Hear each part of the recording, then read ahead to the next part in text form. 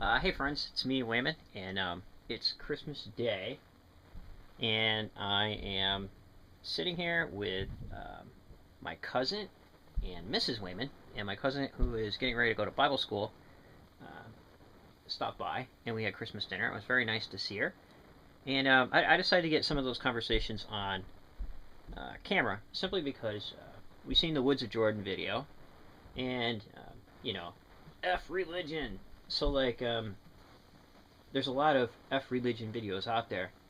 And there's also a lot of videos like, you know, proselytizing videos. But like there are very few videos where somebody just in general talks about religion putting their lives back together uh, without having the um, underlying what's the word I'm looking for? Underlying motive of proselytizing. So like without doing any mission work, because anybody can have a testimony.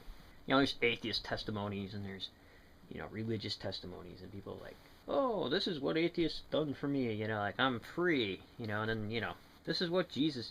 So this ain't about that. This is just like a conversation on because a lot of traumatic things happened, and I think that the religious community um, played a large role in where my cousin's at now, and she's happy about that. So how was it that you came to first think about like God and all that? Well, I was raised in a church, but I believed in the universe for a while, Hmm. and which that people probably don't know what that means, but I believed in the universe in general. And I was reading the Bible, and it made sense, and it helped me where I was at. Yeah. So then like from there maybe like and through other people like you started going to church and Well, I was already going to a church, right. but I started actually it made more sense to me than just the universe. Yeah. So in the traumatic experiences that you had, like how do you think that a belief in a deity or religion helped you get through those traumatic experiences? It was the only way that I could handle it. Like, I read passages from the Bible that had to do with what I was going through, and that, it wouldn't always be that way, Right. and that I could handle it. Yeah. And I don't think I would have actually made it through it this well or at all. Right. So like when you were going through all this, like people were really worried about you, right? Yeah. Yeah. So like did you like in that point in time like search around for like better churches or different churches to like fulfill the kind of community that you were looking for or Um, I left the church that I was raised in, and I went to a different church, mm-hmm. and it helped me more because it wasn't the people who they believed slightly different things, but the same thing, Yeah. and they could just. It was just better. Like, not that it was a better church. That it was just. It was better for me personally. So like you have to still do stuff just so people get a kind of an idea of like what she went through. Like she still has to go through like some trauma therapy, so she'll be working on that, and you're still on um, different medications to help you deal with that. And I remember you telling me at one point about um, this lady who, when you were applying to different schools, told you that you had to be off your medication. Like, what did you think about that? Like, I knew we had a conversation about that, but I just wanted the viewers to I listen to got the kind of like strange idea about that.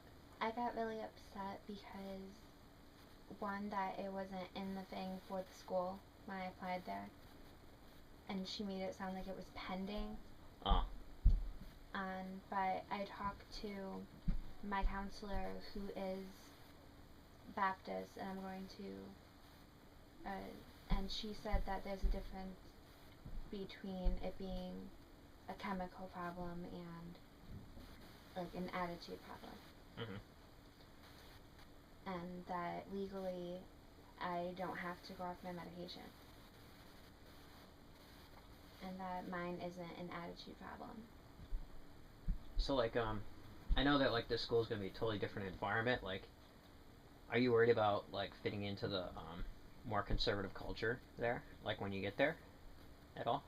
I am, but I think that I can handle it. Right. So this is just a question. Like, how do you view people who might not think like you do? I mean, as far as so you're Christian, right? And not everybody's gonna agree with your opinion about Yeah, I know. things. We've been watching videos and things like that.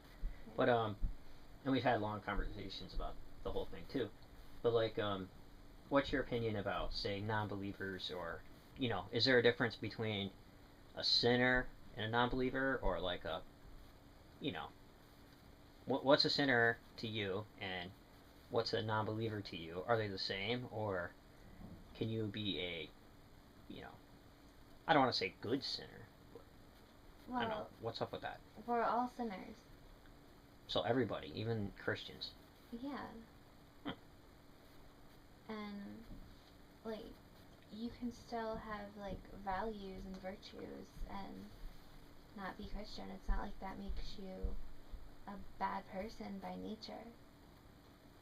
So you're saying that like a person who has so you can have one sinner who's much worse than another sinner? Well, I don't know. Like, I mean, like Ted Bundy would be much worse than a person who like stole a pencil. Well, like Well, all like that's kind of like pretty dramatic, but like all sins are kind of like equal, kind of. But it's just like, but that doesn't make you a bad person if you don't believe in something. oh, so then the person, even though he's a sinner, he's not a bad sinner. Yeah. Wow, that's pretty. I thought I was a bad sinner. Anyways. If you sin, you're pretty good at it. You're a good Yeah, sinner. you're a good sinner. Well. Yeah, that can be kind of confusing. Like, you can be a good bad sinner. I mean, if you're good at being bad. All right, I'll just stop with that. Let's see. So you have to get your books and all that, and so you're taking up like a what'd you say it was, Christian Science or something, like a class? No, I'm going for early elementary, which is pre-K through 12. But everyone who goes to the school has to get a bachelor's in science in the Bible. Ah. So then the school is geared towards maybe, I don't know, well, you didn't take any classes, I'm just surmising, like science in the Bible, like maybe answering science, maybe? Yeah, because it's really, like, we have chapel every day, and... Huh. So you ever read The Origin of Species by Darwin at all? And do you think it's an important text to read, maybe if you didn't? I read some of it in school.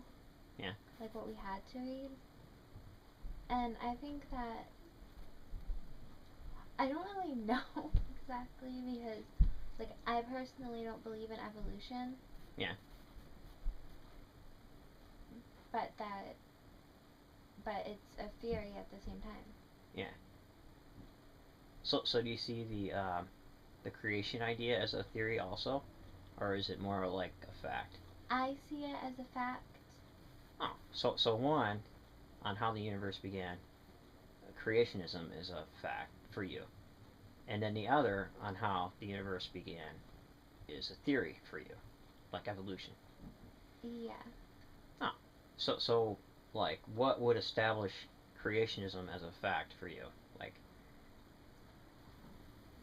I don't know. I guess it's just that because it makes sense for me because it's in the Bible, and that like the earth is here and just how it was created. Yeah, I think that I could actually loan you that book actually if you want to read, because if you're getting a bachelor's in science in the Bible, like that text pretty much started the whole thing. You know, I think, and a lot of Christians don't even take the time to read it. You know, so that's another book I should probably get you. But yeah, we'll see how this video goes, and then we'll leave it up for some time, and if people like it, maybe at some point we can do another interview. So we're at 10:40 right now already. Take care, friends. Remember, if everybody's thinking alike, then somebody isn't thinking.